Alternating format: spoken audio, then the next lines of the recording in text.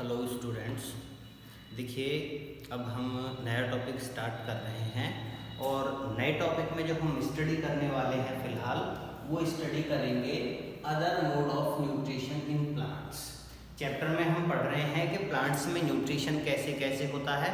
तो हमने काफ़ी सारे टॉपिक्स पर डिस्कस किया और उन टॉपिक्स से अलग और क्या क्या मोड हो सकते हैं न्यूट्रिशन के और किस किस तरह से प्लांट न्यूट्रिशन कर सकते हैं उसके बारे में यहाँ डिस्कस किया गया है। तो उसमें सबसे पहला पॉइंट जो दिया है वो है पैरासाइट्स। पैरासाइट्स हम किन्हें बोलते हैं? पैरासाइट्स बोलते हैं a plant which live on और इनसाइड अनदर ऑर्गेनिज्म। जब कोई प्लांट किसी दूसरे प्लांट्स या किसी दूसरे एनिमल्स पर हो या उसकी बॉडी के अंदर हो and derive the food from it is called parasites। और उससे वो फूड ले रहा हो उसे बोलते हैं हम पैरासाइट्स। कोई भी प्लांट जब किसी दूसरे ऑर्गेनिज्म की बॉडी के ऊपर हो या उसके इनसाइड हो और उससे अपना फूड ले रहा हो तो उसे बोला जाता है पैरासाइट्स। जैसे कि यहाँ एग्जाम्पल है पैरासाइट्स का कुस्कुटा। कुस्कुटा जिसको हम हिंदी में बोलते हैं अमरबेल। हम कभी कभी देखते हैं कि कोई प्लांट्स है और उस प्लांट के ऊपर एक येलो कलर की बेल सी फैली हुई होती है और तो वो भी प्लांट्स ही होते हैं और वो दूसरे प्लांट से अपना फूड लेते रहते हैं क्योंकि वो खुद तो अपना फूड प्रिपेयर कर नहीं सकते। जो कुस्कुटा होता है या अमरबेल होती है वो खुद अपना फूड प्रिपेयर नहीं कर सकते तो वो दूसरे प्लांट्स के ऊपर ग्रो करते हैं और उनसे अपना फूड लेते हैं। तो इसे बोलते हैं हम पैरासाइट्स। नेक्स्ट है सैप्रोफाइट्स। सैप्रोफाइट्स वो नॉन ग्रीन प्लांट्स होते हैं जो खुद तो अपना फूड प्रिपेयर कर नहीं सकते क्योंकि क्लोरोफिल नहीं होता, लेकिन दूसरे ऑर्गेनिज्म से जो डेड एंड डीके मटेरियल होता है ऑर्गेनिक मैटर उससे अपना फूड लेते हैं तो उसे बोलते हैं हम सैप्रोफाइट्स। तो वो प्लांट्स जो डेड एंड डीके सब्सटेंस से अपना फूड लेते हैं उन्हें सैप्रोफाइट्स बोल देते हैं। जैसे कि एग्जाम्पल है इसका फंजाई।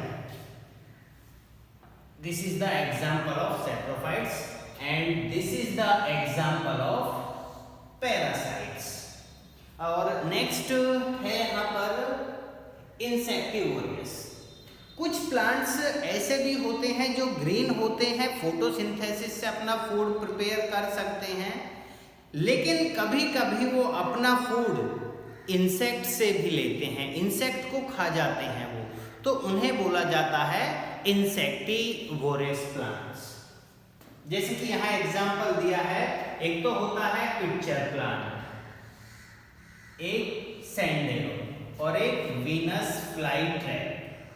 ये जो एग्जाम्पल हैं वो इंसेक्टिवोरियस जो प्लांट्स होते हैं उनके होते हैं।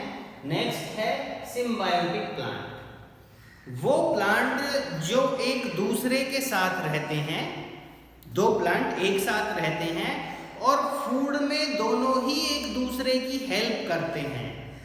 तो इस तरह के कॉम्बिनेशन को हम बोलते हैं सिम्बायोटिक और इस प्रोसेस को नाम दिया जाता है सिम्बायोसिस।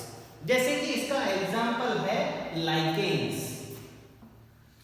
अब लाइकेन्स में क्या होता है, दो प्लांट्स कंबाइन फॉर्म में रहते हैं।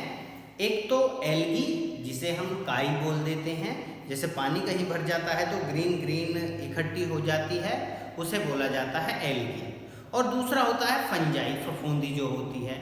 जब ये दोनों एक दूसरे के साथ रहते हैं तो इस कॉम्बिनेशन को लाइकेन्स बोलते हैं। एल्गी और फंजाई के को कंबाइन फॉर्म में लाइकेन्स बोला जाता है। अब यहाँ पर फंजाई क्या है, डेड एंड डीके मटेरियल से वाटर और मिनरल एब्जॉर्ब करता रहता है और एल्गी को देता रहता है।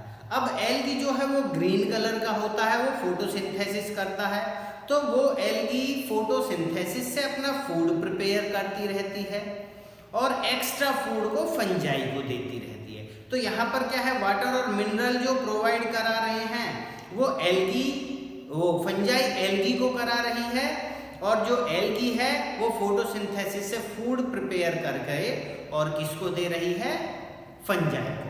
तो दोनों यहाँ पर एक दूसरे की हेल्प कर रहे हैं, इसी को हम बोलते हैं सिम्बायोटिक।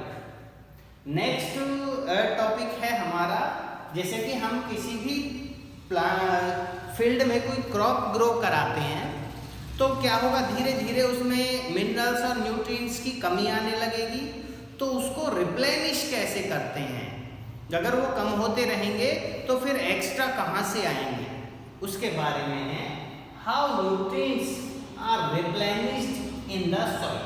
सॉइल के अंदर न्यूट्रिएंट्स को हम कैसे कैसे रिप्लेनिश करते हैं। तो यहाँ पर 2 पॉइंट हमने बताए हैं न्यूट्रिएंट्स को रिप्लेनिश करने के। एक तो है nutrients are replenished in the soil by adding fertiliser and manure. अगर हम सॉइल में कोई फर्टिलाइजर और मैन्यूर ऐड कर देते हैं तो उससे क्या होता है, वो रिप्लेनिश्ड हो जाते हैं। एक सिंपल सा एग्जांपल दूं मैं आप लोगों को। मान के चलिए हमने कोई भी क्रॉप ग्रो कराई फील्ड में। अब पहले हमने सीड डाले, सीड जर्मिनेट होकर ग्रो होकर के बड़े हुए। जैसे कि फिलहाल इन दिनों जो सीजन चल रहा है वो एक क्रॉप ग्रो करा रहे हैं हम, ज्वार, जिसको एनिमल्स चारे के रूप में खाते हैं। ज्वार ग्रो कराए तो ज्वार जब ग्रो होगी प्लांट फील्ड के अंदर तो वो क्या करेगी, उस फील्ड से मिनरल्स को एब्जॉर्ब करेगी और ग्रो करती रहेगी। फिर हम क्या करेंगे, उसे काटेंगे, काटने के बाद घर पर ले जाएंगे और जो एनिमल्स हैं हमारे उनको चारा खिलाते हैं। अब जब वो चारा खाते हैं तो उसके बाद वो डंग देते हैं,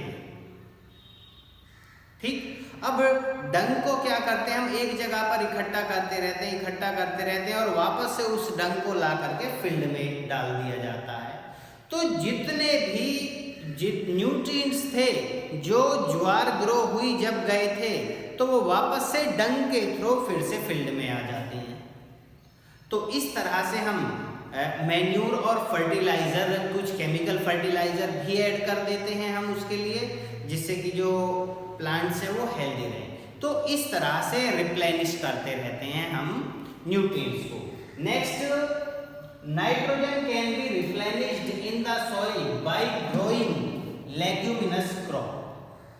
अगर हम फील्ड में लेग्यूमिनस क्रॉप ग्रो कराते हैं, जैसे कि दाल वगैरह होती हैं, इनको अगर ग्रो कराते हैं तो इनसे जो नाइट्रोजन है वो नाइट्रोजन रिप्लेनिश होती है। नाइट्रोजन रिप्लेनिश कैसे होती है लेग्यूम प्लांट से, तो यहाँ पर क्या होता है, जो लेग्यूम प्लांट होते हैं उनकी रूट्स में एक राइजोबियम बैक्टीरिया होता है, और उस राइजोबियम बैक्टीरिया का जो काम होता है वो एटमॉस्फेरिक नाइट्रोजन का फिक्सेशन करने का होता है। वो एटमॉस्फेयर में जो नाइट्रोजन पाई जाती है उस नाइट्रोजन को नाइट्रेट और नाइट्राइट की फॉर्म में कन्वर्ट करता है और उसी फॉर्म में प्लांट नाइट्रोजन को लेते हैं। तो इस तरह से हम जो लेग्यूम प्लांट होते हैं उन्हें भी फील्ड में ग्रो करा करके जो नाइट्रोजन है, नाइट्रोजन को रिप्लेनिश किया जाता है। तो इस तरह से ये हमारे टॉपिक कंप्लीट हुए। तो सभी बच्चे नोट करेंगे इनको बहुत तेजी से।